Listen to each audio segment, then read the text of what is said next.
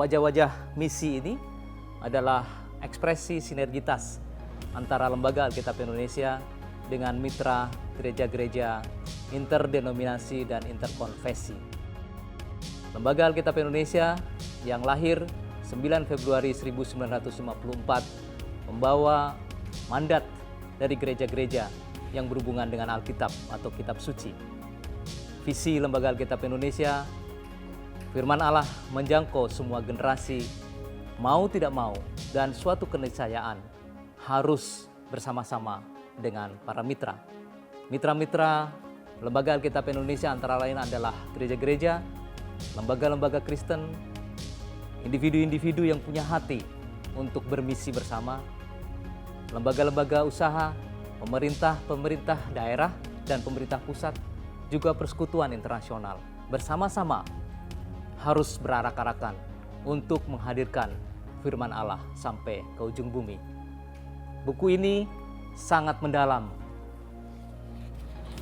kajiannya dan juga ditampilkan dengan cara yang sangat menarik oleh karena ada ilustrasi-ilustrasi yang sangat-sangat berguna. Dengan membaca buku ini, maka kita bisa belajar tokoh-tokoh Alkitab, tokoh-tokoh Kitab Suci yang mengekspresikan pentingnya misi untuk damai sejahtera dunia. Kiranya buku ini juga akan mendorong kita bersama untuk sungguh-sungguh menghidupi karya kita di dalam rangka bermisi, menghadirkan firman Allah sampai ke ujung bumi. Lembaga Alkitab Indonesia bekerjasama dengan 5 komunitas Katolik di Indonesia menyelenggarakan kegiatan yang dinamakan Bible on the Road. Melalui kegiatan ini kita akan membedah buku Wajah-Wajah Misi untuk menemukan makna dan panggilan misi Allah dalam kehidupan kita. Oleh karena itu, saya mengajak dengan penuh semangat seluruh kaum muda untuk menjadi bagian dari misi Allah dimanapun berada. Terus tingkatkan terobosan dan karya kreatif kaum muda untuk menghadirkan misi Allah sampai kapanpun. Tuhan Yesus memberkati. Salam Alkitab untuk semua.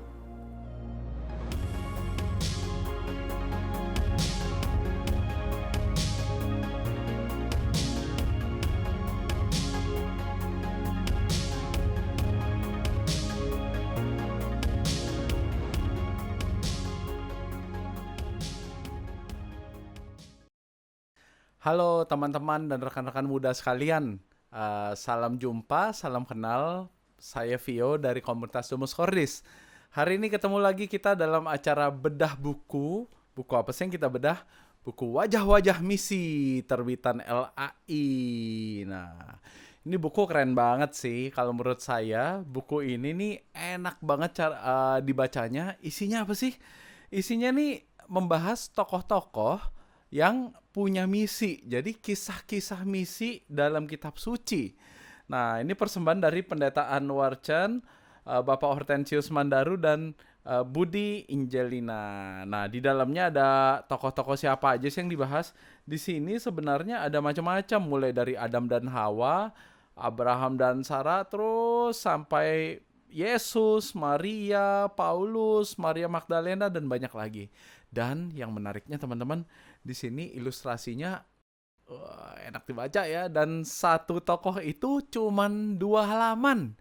Jadi ini buku enak banget kalau kita mau mengenal tokoh-tokoh kitab suci, khususnya kita dapat highlight soal misi. Nah, tujuan diadakan bedah buku ini apa sih? Sebenarnya LAI ini punya program. Dengan buku ini, sebenarnya LAI ingin punya sebuah campaign untuk mengajak teman-teman semuanya, khususnya rekan-rekan muda juga, untuk terlibat dalam upaya penyebaran kitab suci ke daerah-daerah yang khususnya tidak punya akses atau kemampuan untuk mendatangkan kitab suci. Sehingga misinya adalah untuk mengirimkan sebanyak-banyaknya kitab suci ke tempat-tempat dan orang-orang tersebut sampai semua orang bisa membaca kitab suci. Jadi kalau teman-teman mau enroll, wah terinspirasi banget, pengen ikut gerakan ini bersama-sama, ikut punya misi menyebarkan kitab suci ini ke begitu banyak orang maupun sampai ke pelosok-pelosok, silakan teman-teman tanya-tanya lebih lanjut aja sama LAI untuk ikut serta. Nah, pertanyaannya, kenapa sih saya harus capek-capek ikutan misi kitab suci? Orang kitab suci aja saya agak asing nih, saya jarang baca. Kayaknya relevan gak sih kitab suci dalam hidup saya? Nah, sebelum saya coba bahas tokoh hari ini, saya mau cerita dikit pengalaman pribadi saya. Nah, saya sendiri hidup di keluarga yang ya kalau baca kitab suci itu mungkin dalam ibadah mingguan di gereja gitu ya. Tidak pernah secara khusus untuk membaca kitab suci. Nah, sampai di satu titik ketika saya mengalami Tuhan dan saya diajarkan, kalau kita sebagai pengikut Kristus mau bertumbuh, kita harus bertumbuh salah satunya dengan membaca firman Tuhan yang tertulis di kitab suci. Nah, waktu itu saya baru sadar bahwa kitab suci itu isinya adalah surat cintanya Tuhan sama saya gitu. Nah, waktu itu saya enroll ke gereja saya cari kelompok yang membahas pertemuan kitab suci. Saya melihat begitu banyak orang-orang muda di luar sana yang benar-benar eager to read gitu, yang benar-benar haus untuk membaca kitab suci dan merenungkan firman Tuhan. Dan ketika saya sampai di gereja saya datang ke gereja saya cari tahu kelompoknya, dan ternyata saudara-saudara, saya ketemu dengan orang-orang yang berusia 40-an. Nah, waktu itu saya usianya 21 kalau nggak salah ya. 40-an ini tahun kelahiran, bukan umurnya. Ada yang lahir tahun 1941, 1945. Wow, luar biasa. Dan waktu itu saya bilang, hah? Masa sih saya satu-satunya orang muda di gereja ini yang pengen belajar kitab suci? Akhirnya langsung aja tuh saya enroll dan of course saya mencolok perhatian dan akhirnya ditugasin macem-macem ya di kelas pembelajaran kitab suci itu. Singkat cerita, selama beberapa tahun saya mencoba mengolah diri saya untuk baca kitab suci. Satu hal yang saya temukan teman-teman, kitab suci itu ternyata relevan banget dan hidup banget buat situasi kita di masa kini. Mau itu pandemi kayak sekarang, atau mau itu kisah cinta kita, mau itu keuangan, cara berbisnis, cara kita bersosialisasi, cara kita berkonfrontasi yang sehat, memimpin, semuanya inspirasi-inspirasi itu bisa kita temukan di kitab suci. Nah, teman-teman, jebakan Batman-nya tuh seringkali gini ya. Kalau kita baca kitab suci, kita membaca dengan kacamata yang salah. Kenapa? Kitab suci itu adalah buku iman. Karena isinya adalah pesan iman yang dituliskan oleh para penulis dengan inspirasi Roh Kudus untuk kita semuanya. Seringkali kita baca kitab suci pakai kacamata nih ya, kacamata buku biologi, atau kacamata buku sejarah, atau kacamata buku matematika dan statistika. Sehingga akhirnya pesan yang kita tangkap itu mungkin saja keliru.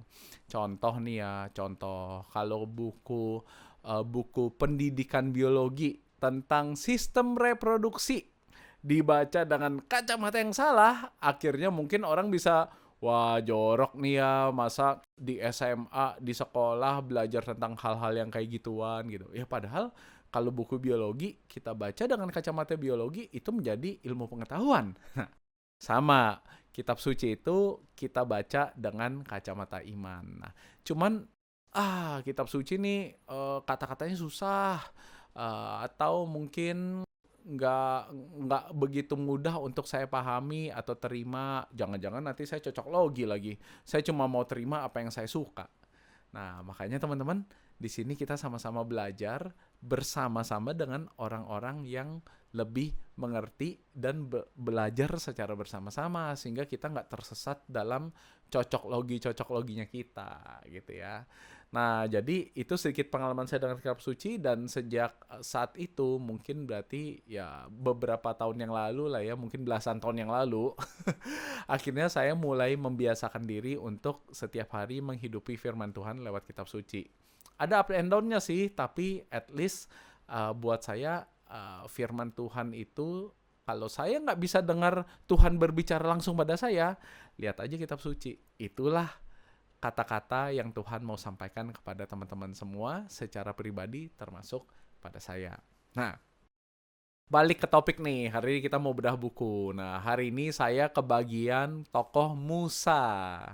Ya, Musa. Di sini sebenarnya saya mau coba bahas ya soal Musa, apa sih yang ditulis di sini, dan saya nanti juga mau nambahin bagaimana kisah Musa ini bisa membantu saya dalam situasi hidup saya saat ini. Nah, ini bukunya nih, itu Musa. Ya, Musa.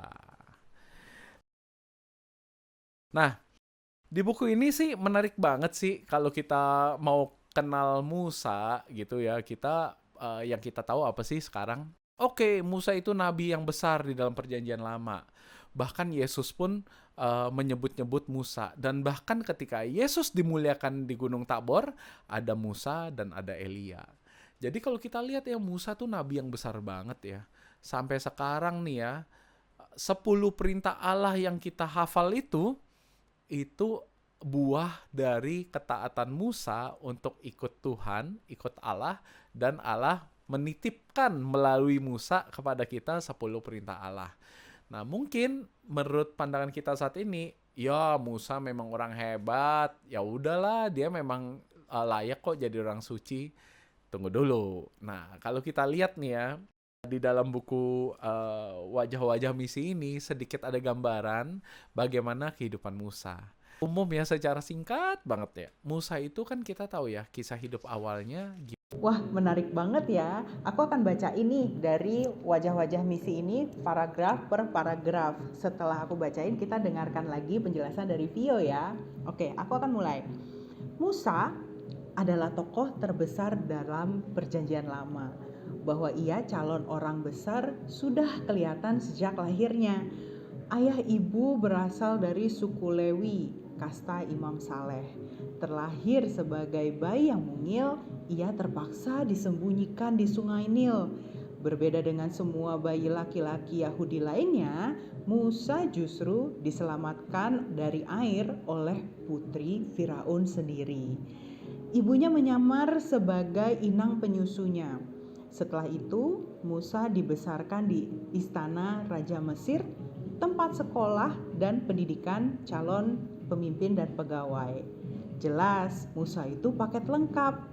Terlahir dalam keluarga Ibrani yang saleh dan dididik dalam hikmat istana Mesir. Ia memang cocok untuk menjadi negosiator dua bangsa, Mesir dan Israel, penjajah dan kaum penjajah. Mari kita dengarkan kembali penjelasan dari Vio. Kalau kita lihat dan kita bisa baca gitu ya, ini judulnya di sini pulang tanda kutip untuk diutus. Nah, maksudnya gimana? Jadi Musa ini kan sebenarnya lahir dari suku Lewi. Itu kastanya itu ya, kasta imam yang saleh tuh. Jadi dia lahirnya dengan background keluarga yang sangat luar biasa. Ya, keturunan yang luar biasa, imam yang saleh.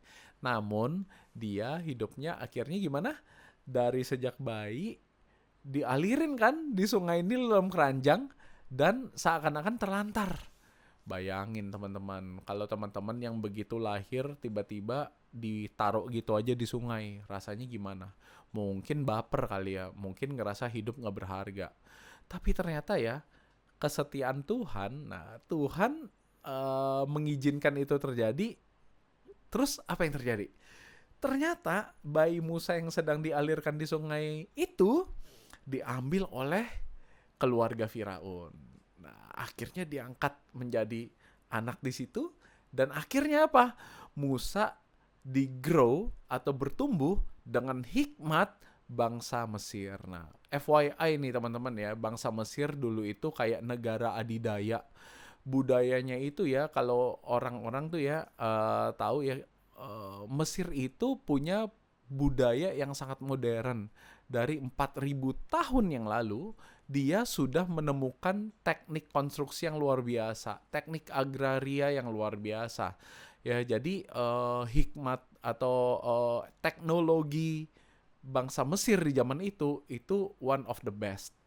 Gitu. Nah, jadi Musa dididik secara private oleh kerajaan, keluarga kerajaan bangsa Mesir. Jadi bayangin ya, dia punya background keturunan sebagai keturunan imam yang saleh, keluarga imam yang saleh, dan dia dibesarkan dengan hikmat bangsa Mesir.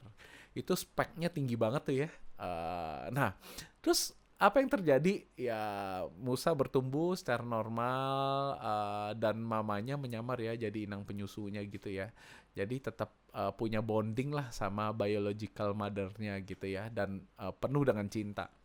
Oke, saya akan lanjutkan ke paragraf kedua ya. Dan di paragraf kedua ini memperlihatkan bagaimana peristiwa-peristiwa yang membuat Musa bertemu dengan Tuhan. Naluri kepemimpinannya segera tampak saat ia terpaksa membunuh seorang Mesir karena menindas seorang Ibrani, saudara sebangsanya. Ia peka akan ketidakadilan, tidak tahan melihat penindasan. Saat melerai dua orang Ibrani yang bertikai, perannya sebagai penengah ditolak. Musa harus melarikan diri karena Firaun mencari untuk membunuhnya. Jadilah ia buronan, tinggal di gurun konon selama 40 tahun, menikah dan menjadi gembala. Ia hidup aman jauh dari kerajaan penguasa, juga jauh dari penderitaan kaum sebangsanya. Ternyata Tuhan punya rencana yang berbeda. Bakat kepemimpinannya harus dipakai. Kepekaannya akan ketidakadilan adalah modal untuk proyek Allah yang lebih besar. Nah, singkat cerita, ketika ia bertumbuh, masa muda dia, hati dia itu peka sama yang namanya ketidakadilan. Terbukti apa? Ketika melihat ada bangsanya yang ditindas oleh bangsa Mesir, wah, dia step up, dia take charge, tapi kebablasan. Dia bunuh tuh orang yang nindas gitu, dan akhirnya dia jadi buronan, dia kabur. Nah, teman-teman, sometimes ya ketika kita punya background yang dari keluarga yang baik, ya terus kita mengenyam pendidikan, dapat the best facility untuk grow, untuk bertumbuh ya. Sometimes kita slip dan kita bisa jatuh juga gitu dalam tindakan-tindakan yang salah atau tidak benar. Dan ini terjadi juga sama Musa. Akhirnya dia terpaksa minggir ke padang gurun. Dia di situ akhirnya mencoba hidup di padang gurun. Dia nikah, dia jadi gembala atas domba-domba gitu ya, dan ya udah hidup dia di situ kalau menurut cerita sih sampai 40 tahun lamanya. Bayangin ya, yang tadinya dia hidup di dalam kerajaan, dia minggir di padang gurun. Ya, tapi ya life should go on, dia terima konsekuensi dari kesalahan dia, apa tindakan yang dia lakukan, dan dia minggir, nggak apa-apa deh, saya hidup di padang gurun, I move on. Coba bayangin, masa remaja tambah 40 tahun, kira-kira umur Musa berapa ya waktu itu ya? Saya juga nggak tahu, tapi yang jelas mungkin udah usia pensiun kali ya, udah umur 55 kali ya, jangan-jangan gitu ya, udah umur 55 atau close to 60 gitu. Baik, saya akan melanjutkan ke paragraf ketiga ya. Buat saya, paragraf ketiga ini menarik sekali karena awal mula dari misi seorang Musa. Allah memperkenalkan dirinya pada Musa melalui sebuah tanda, semak duri yang bernyala tanpa hangus terbakar. Perhatikan reaksi Musa. Ia segera ingin menyelidiki dan mencari tahu apa yang dilihatnya. Kawanan domba ditinggalnya untuk menyelidiki misteri tanda Allah tersebut. Ia berhenti dan mengambil jalan lain. Tuhan memakai manusia yang terbuka untuk berhenti dari rutinitas keseharian, yang bersedia mengambil jalan lain, yang selalu ingin tahu dan menyelidiki apa yang dilihatnya. Banyak orang yang punya mata tetapi tidak melihat, atau melihat tetapi tidak peduli, tidak berupaya mendalami. Musa berbeda, maka Tuhan memilihnya agar dididik melihat seperti dia. Musa harus melihat dengan mata Tuhan. Sungguh aku telah memperhatikan kesengsaraan umatku di tanah Mesir. Aku telah mendengar teriakan mereka yang disebabkan oleh pengawas kerja paksa mereka. Sesungguhnya aku mengetahui penderitaan mereka. Dari Keluaran 3 ayat 7. Tapi apa yang terjadi? Ceritanya kalau orang udah umur 60 itu kan usia pensiun ya. Ternyata Tuhan baru manggil dia dong, ya kan? Nah, dia di suatu kehidupan yang rutin berjalan selama 40 tahun, dia udah settle, ya, dia udah punya keluarga, ternak. Tiba-tiba Tuhan muncul dalam bentuk semak terbakar, tapi yang tidak habis dimakan api ya. Nah, kalau kita lihat teman-teman, apa yang Musa lakukan? Musa mendekat kan? Dia menanggapi peristiwa itu dan dia mencoba mendekat dan explore. Nah, jadi dalam kehidupan kita teman-teman seringkali ketika kita pikir hidup kita ya udahlah hidup gue begini, udah stable, udah rutin, udah cukup stabil dan nggak terlalu banyak roller coaster up and down.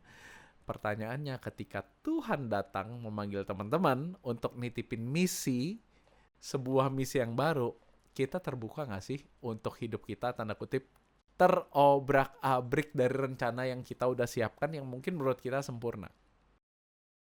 Nah, tapi Musa dalam hidupnya yang udah harusnya umur pensiun itu menanggapi dan terbuka akan panggilan Allah. Nah, intinya kan dia disuruh bebasin nih bangsa Israel untuk keluar dari tanah Mesir dan masuk ke tanah perjanjian. Cuman namanya Musa, kita lihat sekarang dia tokoh yang besar ya, tapi pas dia dipanggil Tuhan, dia gimana? Dia punya ketakutan, dia punya keraguan-raguan, dia merasa diri dia tidak mampu gitu ya. Karena dia keluar banyak ngeles-ngelesnya juga, alasan-alasannya, aduh Tuhan, jangan gue deh gitu ya. Pertama dia nanya, siapa sih kamu? Ya, Tuhan jawabnya, aku adalah aku, ya kan. Nah dia bertanya atau mempertanyakan, saya juga nggak tahu gitu ya. Tapi yang jelas dia nanya, siapakah engkau gitu ya. Terus yang kedua, tapi aku kan buronan, masa aku yang mimpin bisa di roasting nih? Buronan, lu kok buronan? Mau mimpin kita sih yang bener aja deh lo gitu ya. Dia takut tuh status dia yang buronan menghalangi dia dalam melakukan misi yang dititipin Tuhan. Yang dia takutin juga reputasi buronan itu, apakah benar ya orang Israel itu percaya sama dia dan mau mempercayakan perjalanan pembebasan itu sama dia dan mau dipimpin sama dia? Dia juga bertanya itu. Terus klasik, dia akan ngomong, aduh Tuhan, tapi kan gue gak bisa ngomong ya. Wah, makin menarik ya. Saya akan melanjutkan kembali ke paragraf selanjutnya, dan di sini terlihat jelas bagaimana Tuhan memanggil Musa, atau mungkin teman-teman juga mulai berefleksi bagaimana Tuhan memanggil teman-teman. Baik, saya akan lanjutkan. Musa dipanggil untuk menyerupai Allah yang peduli. Ia akan dibentuk agar memiliki mata yang terbuka terhadap kesengsaraan bangsanya, telinga yang tajam mendengarkan jeritan dan teriakan akan ketidakadilan, serta hati yang peka dan siap menggerakkan perubahan. Akan tetapi panggilan Allah tidak selalu mulus diterima. Sering ada keberatan dari pihak manusia. Itu gejala biasa dalam Alkitab. Sebut saja Yesaya, Yeremia, Gideon, Maria, dan lain-lain. Semuanya punya keberatan dan pertanyaan. Musa mengajukan 5 keberatan. Ia berstatus buronan, juga tidak pandai berbicara. Nama Allah ia pertanyakan. Bagaimana kalau umat Israel tidak percaya? Semua alasan dikerahkannya untuk menolak tugas perutusan Allah, tetapi semuanya itu dijawab oleh Allah. Nah, begitu banyak alasan-alasan Musa, begitu banyak juga kasih Tuhan yang Tuhan berikan buat Musa dan akhirnya dimampukan. Bukan hanya itu teman-teman, perjalanan dia menanggapi Tuhan itu ketika dia say yes, bukan berarti semuanya lancar-lancar aja kan? Dia dipakai Tuhan, namun umat yang dibawanya, kita seringkali dengar ceritanya kan, penuh dengan komplain, penuh dengan ketidaktaatan, penuh dengan ketidaksetiaan kepada Allah. Udah dikasih roti mana dikomplain, udah dikasih daging burung juga dikomplain, maunya balik aja ke Mesir dan seterusnya gitu ya. Nah, jadi dan bahkan ingat ya, mulainya baru usia pensiun ya. Bahkan gara-gara ketidaksetiaan mereka, umat Israel itu, jadi bukan karena ketidaksetiaan Musa ya, karena ketidaksetiaan orang-orang umat Israel yang dia pimpin, dibawanya perjalanannya jadi take a very long time. Jadi muter aja di padang gurun, another 40 years. Mungkin kalau umurnya udah 40 tambah 60, 100 gitu ya, bayangin deh. Kekuatannya kan staminanya beda ya. Orang umur 60, umur 30 sama umur 100 gitu ya. Tapi Musa tetap setia memimpin bangsa Israel. Mau itu dia dengan setia berkomunikasi sama Allah, sama bangsa Israel, menjadi mediator gitu ya. Terus udah gitu dia dengan setia memimpin. Saya pernah dengar sebuah ulasan gitu ya, kalau mau mencukupkan bangsa Israel itu dengan makanan dan minuman, perlu berapa bener nggak ya, juta ton air gitu loh. Dan juta ton air itu means berapa panjang gitu kereta yang dibutuhkan untuk membawa logistik untuk survive di padang gurun. Tapi ternyata Tuhan memampukan aja tuh ya. Nah, jadi ketika Musa dalam situasi dia yang juga broken dulunya, Tuhan tetap setia menyempurnakan Musa ketika Musa menjawab iya pada misi yang dipercayakan Tuhan kepada dia. Dan begitu juga dengan kita, teman-teman. Mungkin situasi kita saat ini ada yang dalam tanda kutip stable, kita dipoke sama Tuhan, kita dipanggil sama Tuhan gitu ya. Terus apakah kita ngeles, ataukah kita terima, kita terbuka pada panggilan Tuhan? Saya nggak tahu gitu. Atau mungkin kita ngerasa kita tuh udah punya banyak dosa yang fatal banget, kita ngerasa nggak layak, kayak buronan gitu ya, buronan dosa gitu ya. Ya, saya juga nggak tahu. Atau kita beralasan kita tuh, aduh, orang-orang emang mau dengerin gua ya. Gua nggak bisa ngomong, gua nggak bisa begini, saya tidak mampu, saya tidak bisa dan seterusnya gitu. Saya tidak punya skillnya, saya tidak punya waktunya, saya tidak punya orang-orangnya, nggak punya idenya, nggak punya sumber dayanya, whatsoever it is.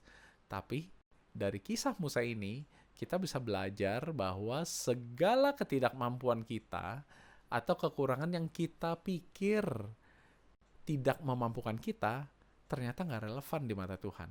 Justru dengan perjalanan yang kita lalui bersama-sama Tuhan dalam misi yang diberikan Tuhan pada kita, justru disitulah Tuhan memperlengkapi kita dan menumbuhkan kita waktu demi waktu, sampai akhirnya misinya Tuhan menjadi terwujud.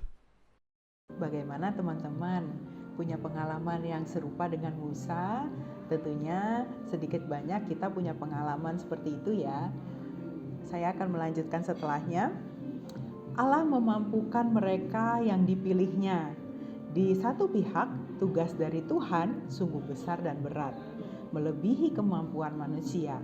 Namun di pihak lain, Tuhan senantiasa menyertai dan menolong manusia mencari jalan keluar, menunjuk rekan kerja, menunjukkan kemampuan yang sudah dimiliki manusia. Keberatan manusia bukanlah tanda kelemahan, justru itu menjadi tanda bahwa tugas dan misi manusia sepenuhnya berasal dari Allah, bukan dari ambisi dan kepentingan kita. Panggilan Musa menjadi model bagi saya dan Anda, para pelayan Tuhan. Nah, setelah ini kita akan mendengarkan sharing pengalaman dari Vio.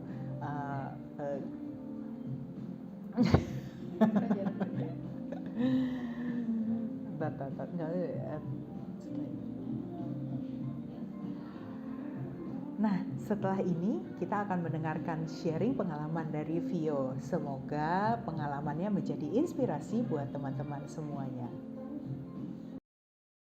Kalau buat saya pribadi, yang paling relevan banget buat saya itu sekarang gini ya.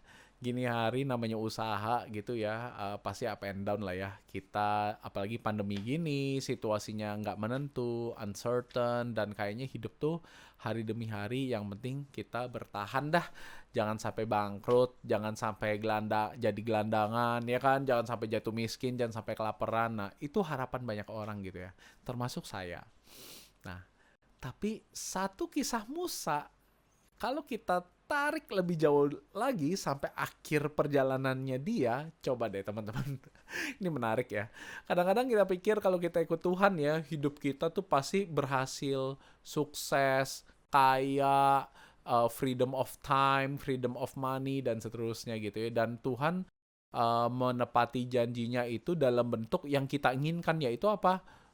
Kaya, berhasil, bahagia, sehat gitu ya. Nah, kalau kita lihat kisah Musa ya, di awalnya Tuhan janjiin apa sih? Oke, kamu tolong bawa umat pilihanku untuk keluar dari tanah Mesir dan menuju ke tanah terjanji. Di situ ada tanah yang berlimpah dengan susu dan madu. Weh, asik ya. Susu dan madu. Itu kan nggak bakal pernah kelaparan, sejahtera, damai, nggak ada peperangan gitu ya, peaceful. Nah, dunia yang seperti itu kan sangat luar biasa ya. Dan apa yang terjadi ketika Musa telah dengan setia menjalankan dan menjawab ya pada misi yang Tuhan percayakan, dia harus diputer-puter, diobok-obok di padang gurun, bukan karena ketidaksetiaan dia, tapi karena ketidaksetiaan bangsa pilihan Tuhan yang Tuhan suruh dia gembalakan itu. Kalau kita menyelami perasaan Musa, gimana ya rasanya kira-kira ya? Nah, tapi yang paling amazing adalah karena kelamaan muter-muter di padang gurun ya, sampai di satu titik ketika Musa udah berada tepat di bukit sebelum masuk ke tanah terjanji itu. Benar? Depan sono tuh ada tanah Kanaan itu, udah mau masuk nih. Tahu nggak? Tuhan bilang, "Oke, time's up. Your time has come, please hand over to Joshua." Bayangin deh perasaan Musa gimana kira-kira. Mungkin kalau kita yang di posisi itu, lah Tuhan lagi mau bercanda ya sama gue ya? Lu bilang lu janjiin gue masuk ke tanah terjanji, tapi kok giliran gue udah mau masuk tanah terjanji gue disuruh hand over? Kapan gue nikmati nih tanah terjanjinya? Bener gak? Tapi tau gak? Musa ketika dia sampai di titik tersebut ya, dia dengan tulus, dia dengan senang hati handover ke Yosua. Hati dia tuh tidak terikat oleh gift yang Tuhan janjikan kepada dia, yang adalah tanah terjanji atau tanah Kanaan yang berlimpah susu madu tadi. Tapi apa yang dia hayati? Dia cuma bilang gini, kalau misalnya ibarat kata nih ya, kalau zaman sekarang nih ya, kalau ada orang atau orang tuamu ngasih kamu handphone yang paling canggih, misalnya ngasih merek iTit gitu ya, misalnya yang paling baru gitu ya, pas udah mau dikasih nggak jadi. Nah, pertanyaannya, yang lebih berharga itu hadiahnya atau yang memberikan hadiahnya? Ya kalau dikasih hadiahnya sih enak ya, tapi sebenarnya yang memberi hadiahnya itu jauh lebih berharga daripada hadiahnya, bener nggak? Kalau hadiahnya tuh hilang, selama kita connect sama pemberi hadiahnya, kita punya relasi yang intim dengan pemberi hadiahnya, mau hadiah yang lebih bagus dan kapanpun dan berapapun pasti masih bisa dikasih, betul nggak? Musa, sikap hati dia saat itu adalah ketika dia dibilang untuk handover, hati dia itu tidak terikat pada hadiahnya, tapi hati dia terikat pada pemberi hadiah, the giver. Nah, dia senang justru karena apa? Wah, akhirnya saatnya tiba, gue bisa bersatu sama Tuhan, si pemberi hadiah. Jadi apa yang duniawi ini udah doesn't really matter at all, dan udah jadi plan-nya Tuhan lagi untuk diterusin. So go ahead, dengan senang hati dia serahkan ke Joshua. Teman-teman, kadang-kadang kalau misalnya kita ngerasa dijanjin sama Tuhan sebuah berkat gitu ya, dan kalau itu tidak terjadi, kita lumrah kok, manusiawi untuk ngerasa baper, sedih, kecewa, ataupun marah sama Tuhan. Tapi mungkin kalau kita lihat lagi dari inspirasi kisah Musa ini, jangan-jangan hati kita itu terikat sama berkatnya, bukan sama si pemberi berkat. Nah, dari inspirasi kisah Musa ini selalu meneguhkan saya ketika saya belum memperoleh atau mendapatkan apa yang saya kira baik gitu ya. Saya selalu ingat kisah Musa ini. Ketika itu, oke, berkatnya atau pemberi berkat yang lebih penting ya. Of course, pemberi berkat yang lebih penting. Nah, jadi kisah Musa ini buat saya secara pribadi sungguh meneguhkan saya.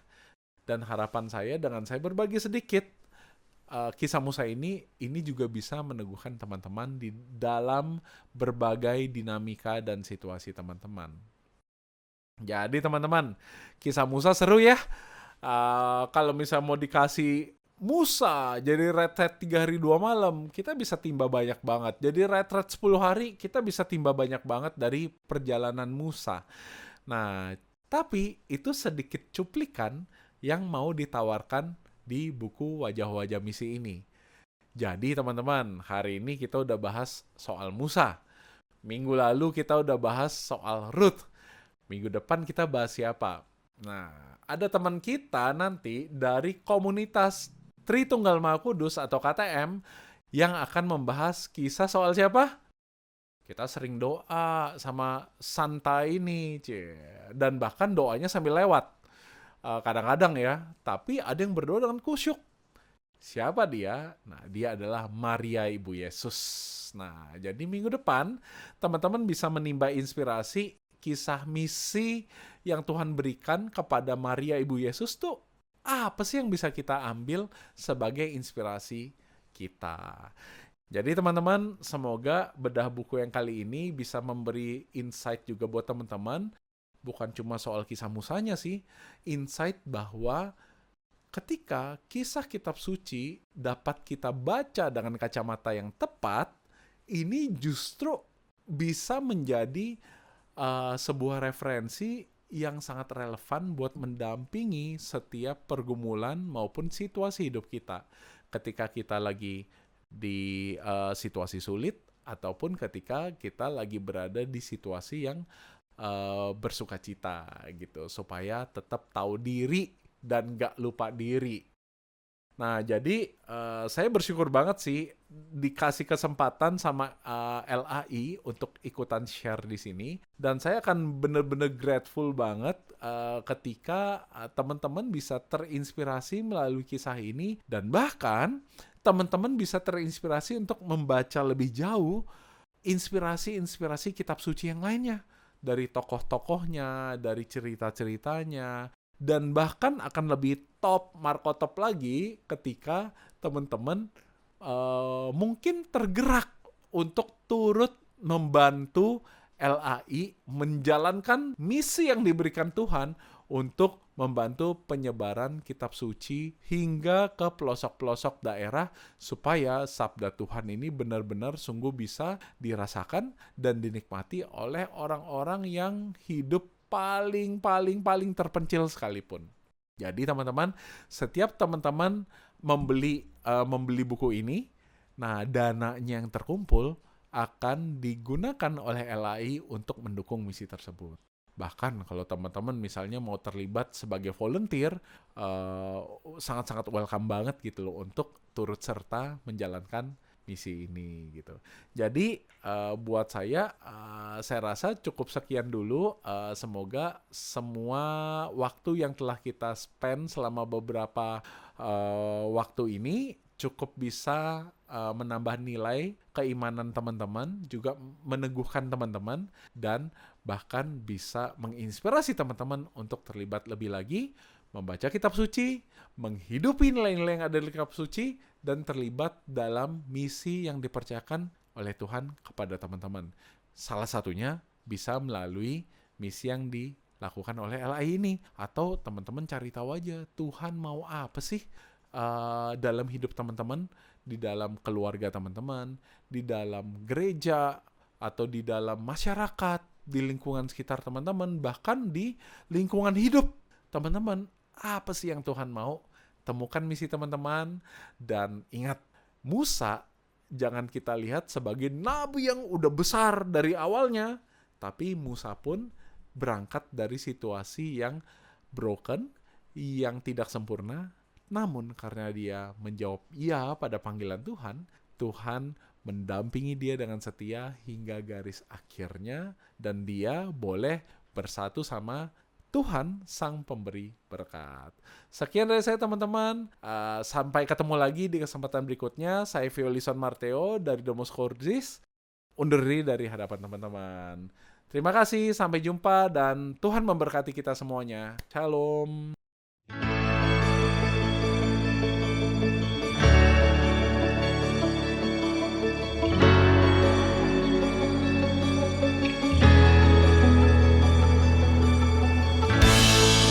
Selamat pagi, Bu. Selamat pagi.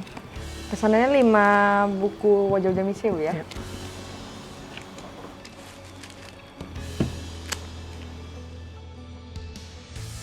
Ini untuk pesanannya, Bu, ya? Ya. Tentunya terima kasih, Bu. Terima Tuhan kasih. berkati. Sahabat Alkitab, bermisi adalah panggilan kita bersama. Dengan membeli buku wajah-wajah misi, kita telah turut mendukung kegiatan misi dan pelayanan Lembaga Alkitab Indonesia untuk menyebarkan kabar baik bagi umat Kristen yang ada di pelosok tanah air. Mari dukung pelayanan ini dengan membeli buku wajah-wajah misi. Tuhan memberkati. Dapatkan buku wajah-wajah misi di Bible House Lembaga Alkitab Indonesia, Jalan Salemba Raya, nomor 12, Jakarta Pusat, atau mengunjungi website www.alkitab.or.id. Info lebih lanjut dapat menghubungi 0811 995 2890.